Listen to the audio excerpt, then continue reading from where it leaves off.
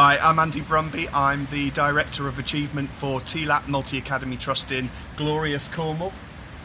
We've been lucky enough today to have Casper and Rasmus from Nordic Schools with us. It's been the most enjoyable and stimulating of days. We've talked so much about the thing that we think is most important in education: building relationships. All learning depends on that. We've given some real thought to the way that we interact socially with our pupils, the way that we build relationships with them, with their parents and carers.